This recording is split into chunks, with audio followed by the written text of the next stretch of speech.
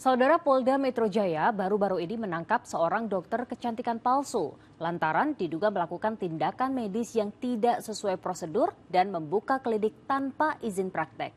Nah, dari hasil pemeriksaan, dokter kecantikan palsu ini bahkan bukan tenaga medis atau tenaga kesehatan dan hanya lulusan sarjana perikanan. Lalu bagaimana caranya agar tidak tertipu dokter dan klinik kecantikan ilegal? Berikut segmen khas Buser, Info Kriminal.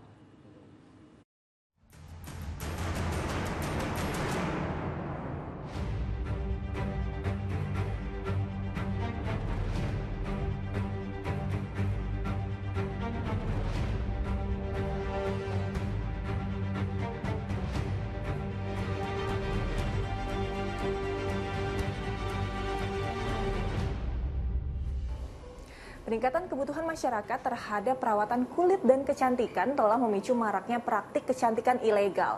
Gak heran menjamur penawaran dan klaim yang menarik dari sejumlah klinik kecantikan untuk menarik konsumennya. Namun bagi Anda yang ingin glowing secara instan, sebaiknya hati-hati jika tidak mau menyesal di kemudian hari. Lalu bagaimana cara agar tidak tertipu oleh klinik kecantikan abal-abal? Simak dalam Info Kriminal bersama saya Agisa Febila dan Ahmad Teguh berikut ini.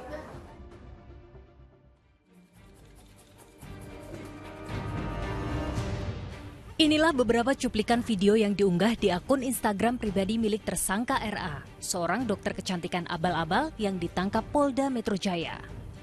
Dalam rekaman video, tersangka yang berlagak seperti dokter kecantikan pada umumnya memberikan perawatan kepada sejumlah pasien yang mendatangi kliniknya. Pada saat melakukan treatment, RA sama sekali tidak mengenakan alat pelindung diri dan hanya mengenakan pakaian minim sembari mengajak para pasiennya bercerita. Kiprah RA yang sudah berpraktik selama 5 tahun berakhir setelah ditangkap Polda Metro Jaya bersama seorang asistennya berinisial DN. Keduanya ditangkap saat memberikan perawatan kecantikan terhadap 7 pasiennya di sebuah hotel di kawasan Tebet, Jakarta Selatan. Polisi juga menyita barang bukti berupa sejumlah peralatan medis yang belakangan diketahui tidak terdaftar di Badan Pengawas Obat dan Makanan atau BPOM.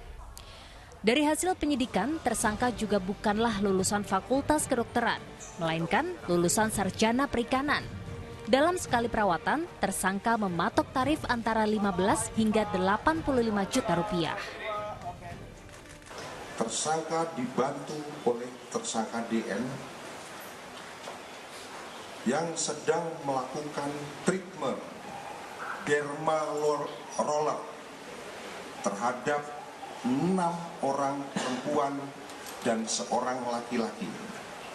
Jadi pada saat dilakukan penangkapan itu terdapat 7 orang pasien yang ada di dalam lokasi tersebut. Berdasarkan hasil pemeriksaan bahwa alat derma roller tersebut ada izin edar dan krim anestesi serta serum tidak terdaftar di BPOM. Kasus klinik kecantikan ilegal kini tengah menjadi sorotan masyarakat. Terbongkarnya kasus ini membuat Ikatan Dokter Indonesia ikut angkat suara. Menurut IDI, tindakan derma roller merupakan prosedur medis dan harus diawasi dokter dermatologi secara langsung. Dokter dan klinik yang membuka pelayanan estetika harus memiliki lisensi dari Kementerian Kesehatan. IDI menambahkan saat ini ada fenomena dokteroid, di mana sekumpulan orang yang tidak menjalani pendidikan dokter mengaku berlisensi dan membuka praktek selayaknya seorang dokter asli. Masyarakat harus lebih waspada, jangan mudah percaya dengan orang yang hanya bermodalkan baju putih. Masyarakat harus bisa menjadi controlling di dalam pelayanan kesehatan, tidak hanya bicara berkaitan dengan malpraktek, tapi masyarakat juga harus tahu identitas pelayanan dan juga identitas tenaga medis dan tenaga kesehatan yang melakukan pelayanan. Tidak hanya mudah tergoda dengan baju putih saja gitu loh. Karena baju putih sekarang gampang gitu ya. Tinggal pesan aja juga bisa gitu baju putih gitu loh. Dan kalau udah pakai baju putih, nanti kemudian itu dianggap sebagai dokter atau tenaga kesehatan. Nah, ini yang juga harus diingatkan kepada masyarakat.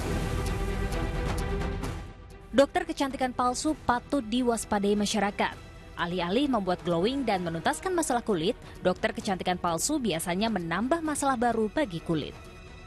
Perawatan kecantikan semakin diminati dengan banyaknya klinik yang menawarkan berbagai jenis treatment untuk wajah dan tubuh. Masyarakatlah yang harus lebih teliti dalam memilih klinik kecantikan. Beberapa cara yang bisa dilakukan agar tidak tertipu klinik kecantikan abal-abal. Yang pertama, pilihlah klinik yang memiliki izin legal. Pastikan tempat yang Anda datangi benar-benar klinik kecantikan yang memiliki dokter sebagai penanggung jawabnya. Klinik tersebut harus memiliki izin legal untuk pendiriannya dan jika tidak ada dokter sebagai penanggung jawabnya, maka sudah jelas klinik tersebut ilegal. Lalu yang kedua adalah pastikan dokter yang berpraktek di klinik kecantikan sudah terdaftar di Konsil Kedokteran Indonesia atau KKI. Semua dokter harus teregistrasi di KKI, harus mempunyai surat tanda registrasi dan harus mempunyai surat izin praktik. Jika dokter tersebut tidak mempunyai kelengkapan tersebut, maka sudah dipastikan dokter itu adalah dokter gadungan.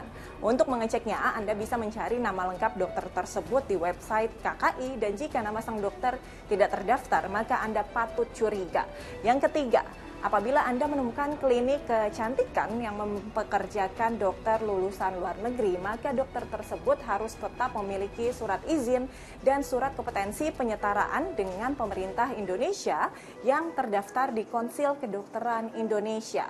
Biasanya dokter-dokter lulusan luar negeri sengaja dipasang oleh pihak klinik di lobi klinik untuk menunjang kredibilitas dari keahlian dokter yang berpraktek di klinik tersebut.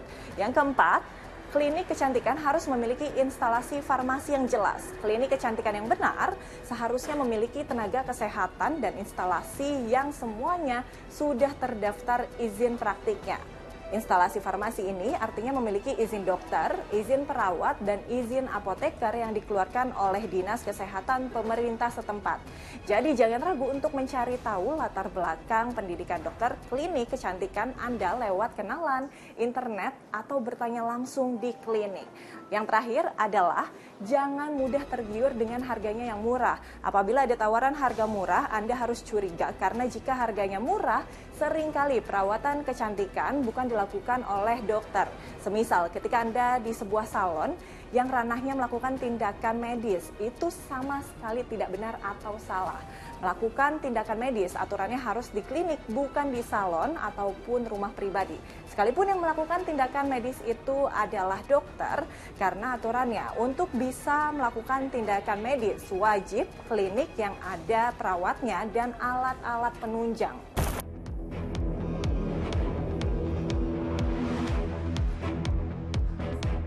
Peningkatan literasi konsumen dan pengawasan bersama diharapkan dapat menekan praktik ilegal di dunia kecantikan.